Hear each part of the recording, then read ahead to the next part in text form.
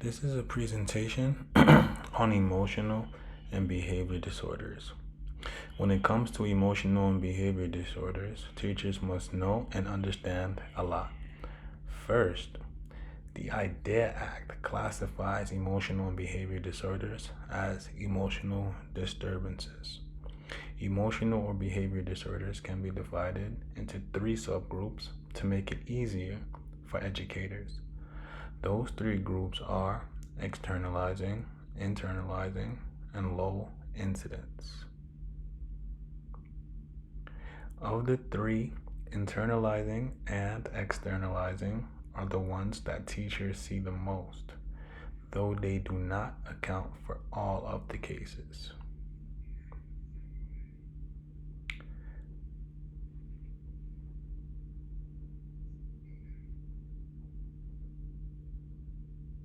Externalizing is when a student has behaviors characterized as uncontrolled or misbehaving.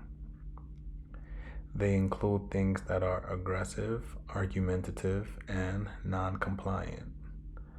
These behaviors are usually projected on others, and they also include some form of hyperactivity. The kids who display these behaviors may be seen as the bully or the victimizer of others. Students with these behaviors also violate basic rights of others, has tantrums, and is aggressive. Internalized behaviors include behaviors that we would describe as lonely, depressed, anxious, or withdrawn. Anorexia and bulimia are examples of internalized disorders in students. Internalized disorders in students may also include depression, which may be feelings of guilt, feelings of doubt, self-blame, self-hatred, low self-esteem, and lethargy. The low incidence category includes things like schizophrenia, which is really uncommon in children and is found in 1% of the adult population. Students with schizophrenia often have an extremely difficult time in school and may have to live in special hospitals. Educators must know how to identify potential cases of an emotional or behavior disorder.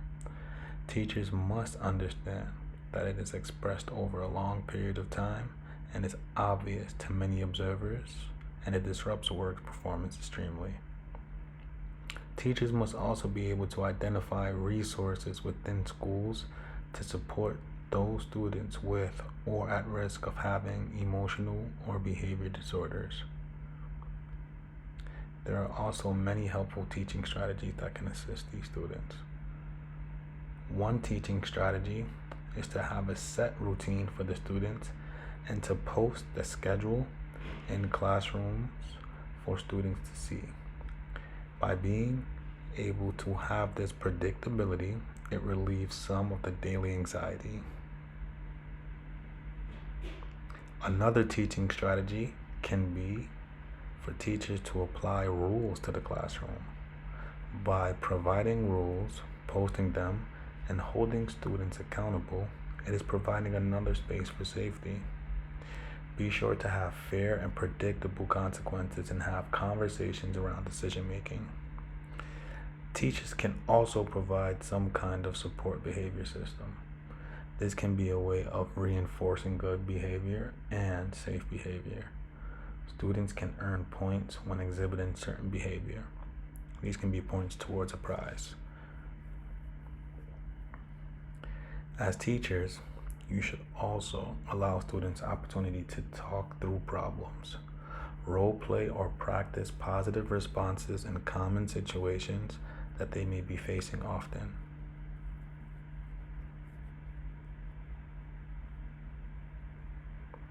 This allows the students an opportunity to practice and see the right way to act so that when they are in certain situations in the future, nothing is new.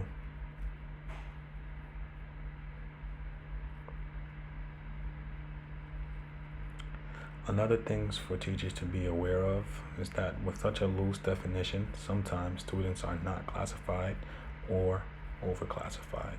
So they may be underclassified or overclassified in certain situations, and teachers must be aware of this. Some big reasons may be gender or race. There are higher minorities represented in these categories. That is only for African Americans, though. There are actually lower Asians and Hispanics represented, while there are higher males represented in these categories as well.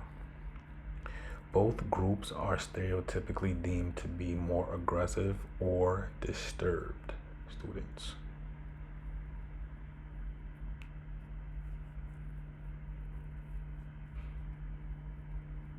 Let that sink in. Also, many schools try to stay away from this classification of emotional or behavior disorder due to the negative stigma that is attached. They don't want that attached to the school.